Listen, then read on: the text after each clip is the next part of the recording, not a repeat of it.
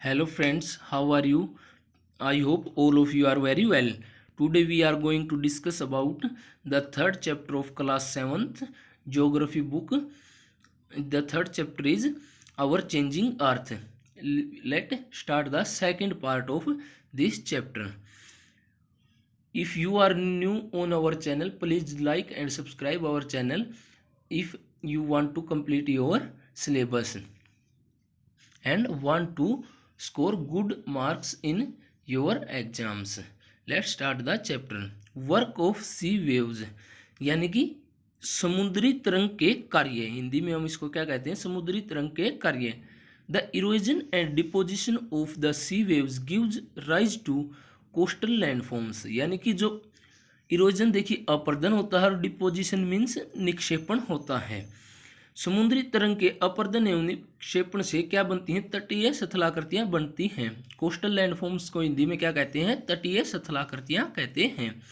तो क्या बनती हैं, तटीय स्थलाकृतियां बनती हैं. Sea waves continuously strike at the rocks, cracks develop over the time, they became larger and wider, thus hollow like caves formed on the rocks, they are called sea caves. देखिए इनमें क्या बताया गया कि जब तरंगे समुद्री तट की चट्टानों से टकराती हैं तो उनमें दरारें पड़ने लगती हैं और वे दरारें जब बहुत ज़्यादा बड़ी और चौड़ी हो जाती हैं तो उनको हम क्या कहते हैं, समुद्री गुफाएं कहते हैं, सी केव्स कहते हैं. आइए इसको हम डायग्राम से समझते हैं. देखिए मान लीजिए कोई चट्टान थी समुद्र पर के किनारे, तो इधर समुद्र है, ये अथाह समुद्र और ये समुद्र की लहरें इससे टकरा रही है. तो इसको या क्या करेंगे, यहाँ से ऐसे काटना शुरू कर देंगे, ये दरार पड़ेगी, ये दरार धीमे धीमे बहुत बड़ी हो जाएगी और इसको ये एक ऐसे गुफा का रूप धारण कर लेगी. तो हम इसे क्या कहेंगे, समुद्री गुफा या सी केव्स कहेंगे.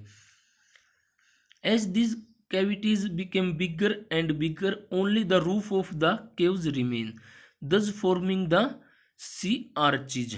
यानी कि ये क्या कह रहे हैं कि जब ये गुफाएं बड़ी और चौड़ी होती जाती हैं तो इनमें केवल क्या बच जाती है, छत रह जाती है, ओनली छत रह जाती हैं.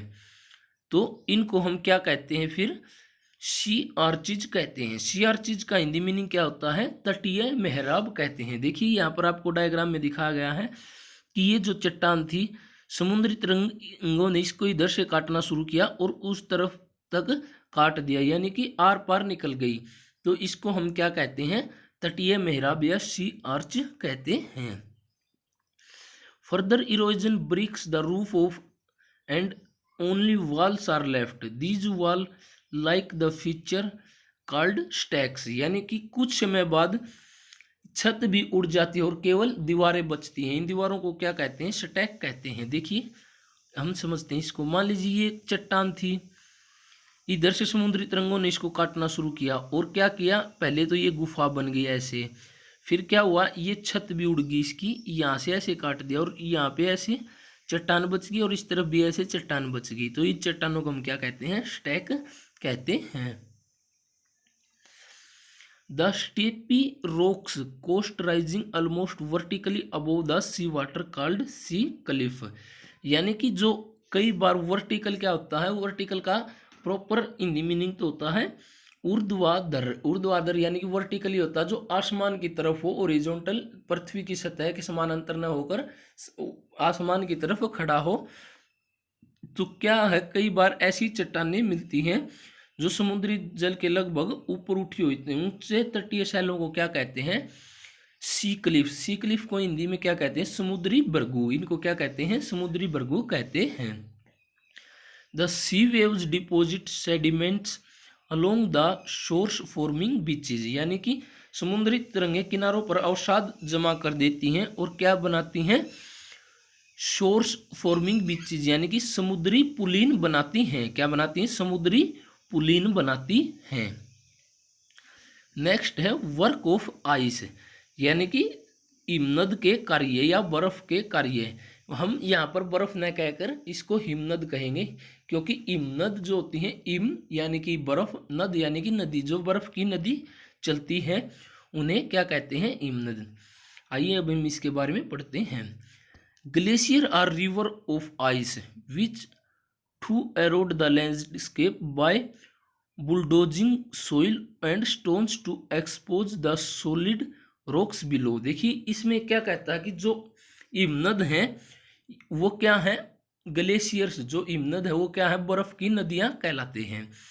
और वो क्या करते हैं, वो हिमनद अपने नीचे, जो उनके नीचे, मान लीजिए नीचे कोई पहाड़ था बहुत ऊंचा और उसके ऊपर बर्फ गिर गई, जो उसके नीचे जो कठोर शैल थी उसको अपने साथ अपरदित कर लेती हैं और उसको अपने साथ अपरदित कर ले जाती हैं। क्या वो कौन कर ले जाती हैं, हिमनद यानी कि बर्फ की नदियां या ग्लेशियर्स। ग्लेशियर्स करेव आउट डीप ओलोज देयर, यानी कि जो ग्लेशियर्स हैं, हिमनद है, वो क्या करते हैं, गहरे गर्तों का निर्माण करते हैं। डीप ओलोज यानी कि गहरे गर्त या खड्डों का निर्माण करते हैं। As the ice melts they get filled up with water and became beautiful lakes in the mountains, यानी कि जो हिमनदों ने जो खड्डों का, गहरे खड्डों का निर्माण किया था, समय के साथ क्या होता है, वहां पर बर्फ पिघल जाती। देखिए जब गर्मियां आएंगी उत्तरी ध्रुव में, मान लीजिए कहीं पर उत्तरी ध्रुव में या हिमालय पर क्या किया, बहुत ज़्यादा बर्फ पड़ी और उसने अपरदन करके गहरे गड्ढे का निर्माण कर दिया। लेकिन जब उत्तरी ध्रुव, उत्तरी साइड में क्या ही गर्मियाँ शुरू हुई तो वो बर्फ पिघल जाएगी और वहाँ पर क्या दिखेंगी, बहुत सुंदर सुंदर झीलें आपको देखने को मिलेंगी। यही इस लाइन में बताया गया है। The material carried by the glacier such as rocks, big and small, sand and silt gets deposited, यानी कि ये क्या कहना चाहता है कि हिमनद के द्वारा लाए गए छोटे बड़े शैल, रेत एवं तलछट मिट्टी में निक्षेपित होते जाते हैं। दीज डिपॉजिट फॉर्म ग्लेशियल मोरियंस, यानी कि जो ये निक्षेपण है ये क्या कहलाते हैं, ग्लेशियल मोरियंस। ग्लेशियल मोरियंस का हिंदी मीनिंग होता है हिमनद इमोड कहलाते हैं। देखिए यहाँ से आपसे क्वेश्चन भी पूछा जा सकता है कि व्हाट आर ग्लेशियल मोरियंस, तो आप इसको ध्यान में रखें। The material carried by the glacier such as big rocks, small rocks, sand and silt get deposit. देखिए बड़ी चट्टानें, छोटी चट्टानें, सैंड यानी कि रेत, सिल्ट यानी कि तलछट मिट्टी या एक प्रकार से आप बालू का कह सकते हैं, बालू का मिट्टी, डिपोजिटेड यानी कि निक्षेपित, are called glacial moraines. The next is the work of wind, यानी कि हवा के कार्य या पवन के कार्य। देखिए हवा कहाँ पर ज़्यादा काम करेगी, मरुस्थल में। क्यों? क्योंकि मरुस्थल में आप देख सकते हैं कि पानी तो वहाँ पर होता ही ना, कभी बाढ़ आती ना, वहाँ पर कोई नदियाँ होती, तो इसलिए वहाँ पर जल अपर्दन भी नहीं होगा। और बर्फ़ का तो रेगिस्तान से दूर तक लेना देना नहीं है, जो गर्म मरुस्थल होते हैं तो वहाँ पर बर्फ़ भी नहीं पड़ती, तो वहाँ पर कौन अपर्दन या निक्षेपण करेगा, तो वहाँ पर सिर्फ हवा काम करेगी। तो हम आइए अब पढ़ते हैं work of wind. How you ever visited a desert, यानी कि क्या आपने कभी मरुस्थल का भ्रमण किया है या मरुस्थल को देखा है। Try to collect some picture of sand dunes, यानी कि जो बालू के टिब्बे होते हैं उनके कुछ चित्र एकत्रित करने का प्रयास कीजिए। अगर आप गए हैं तो आपने वहाँ पर सैंड ड्यून्स के फोटो लिए होंगे, अगर आप जाने की सोच रहे हैं तो वहाँ से कुछ फोटो क्लिक करना, इसमें यही बताया गया है। An active agent of erosion and deposition in the deserts is wind, यानी कि जो रेगिस्तानों में जो अपर्दन और निक्षेपण का प्रमुख कारक होता है वो क्या होता है, विंड, यानी कि हवा होती है।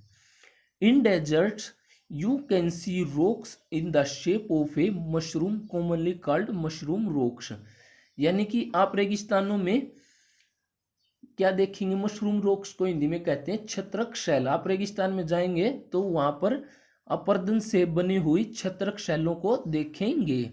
देखिए छत्रक शैल कैसी होती हैं, छत्रक शैल से हमारा अभिप्राय है कि ये कोई चट्टान थी, इसके ऊपर पवन ने अपर्दन या पक्ष का काम किया, ऐसे पवन दोनों तरफ से चली तो ये कैसे परिवर्तित हो जाएगी, इस शैल का ऊपरी भाग तो विस्तृत रह जाएगा लेकिन नीचे वाला भाग पतला हो जाएगा और यह कैसा रूप धारण कर लेगी, छत्रक का रूप धारण कर लेगी, यानी कि एक छतरी के समान आपको दिखाई देगी। या मशरूम को भी आपने देखा होगा, ऊपर छतरी होती है और नीचे से पतली होती है, उसे हम क्या कहते हैं, मशरूम रॉक्स या हिंदी में छत्रक शैलें कहते हैं। Therefore such rocks have narrow base and wider top, यानी कि इस प्रकार की चट्टानों में जो आधार होता है, जो नीचे का भाग होता है वो नैरो यानी कि पतला होता है, और जो ऊपर का भाग होता है वो चौड़ा होता है। छत्रक शैल का, छत्रक शैल के बारे में बताया गया है। When the wind blows, it lifts and transport the sand from one place to another, यानी कि जब हवा चलती है तो ये रेत को एक स्थान से उठाकर दूसरे स्थान पर ले जाती है। When it stops blowing, the sand falls and gets deposited in low lily-like structure. These are called sand dunes. देखिए, जब हवा रुकती है, हवा रुकेगी तो हवा अपने साथ क्या लिए हुए है, बहुत ज्यादा बालू रेत को उठाए हुए है, और अगर हवा रुक गई, वो जहां पर रुक गई वहीं पर बालू रेत निक्षेपित हो जाएगा, यानी कि डिपॉजिट कर दिया जाएगा, और वहां पर क्या बनेंगे, सैंड ड्यून्स, क्या बनेंगे, बालू के टिब्बे बन जाएंगे। यहाँ से भी आपसे क्वेश्चन पूछा जा सकता है कि what are the sand dunes या how are sand dunes make. अब आप समझ गए होंगे कि जब हवा चली तो उसने अपने साथ बहुत ज्यादा बालू उठा लिया, और जब हवा ने रुकी, जहां पर स्टॉप हुई, तो वो बालू को निक्षेपित कर दिया, और उनसे क्या बने, सैंड ड्यून्स बने। When the grains of sand are very fine and light, the wind carry it over very long distances, यानी कि जब बालू के जो कण होते हैं बहुत महीन होंगे या बहुत हल्के होंगे, तो हवा इनको एक बहुत दूरी तक उठाकर ले जाती है, यानी कि बहुत दूसरी, एक स्थान से दूसरे स्थान पर बहुत दूरी तक ले जा सकती है।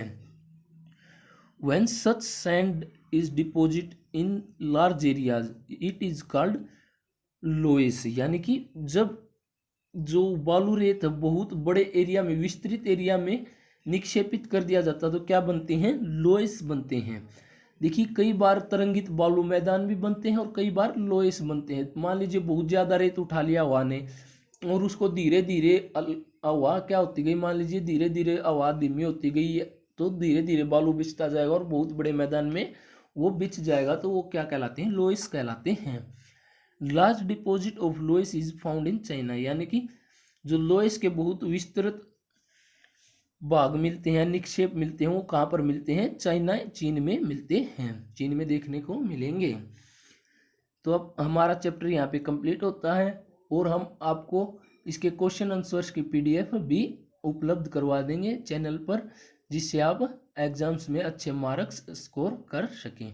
Okay, thank you.